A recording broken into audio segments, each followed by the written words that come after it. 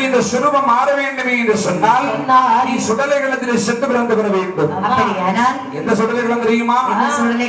முன்னாள் பிரம்மந்தரை செட்ட சுடலை மனத மையான கரையிலை ஞானக்கரை இடுகாட்டில் நான் சுடலை களத்தில் சென்று பிறந்து வந்தால் என்னுடைய பேரை முதலில் சேர்த்து எல்லோரும் உன்னை சிவ சுடலை மான சுவாமி என்று அழைப்பார்கள். அப்படியானால் என்னை சிவசுடலை மான சுவாமியாகவே பிறவி செய்யுங்கள். அப்படி ஆகட்டும் என்று தேவாதேவர் அழைத்து சொல்லுகின்றார். தெய்வாரே வரவழைத்த பகவான் சொல்கிறார் பாருங்கள். பாரமுள்ள தெய்வாரே மாடன்மாரை பிறவி செய்ய பாரமுள்ள தெய்வாரே மாடன்மாரை பிறவி செய்ய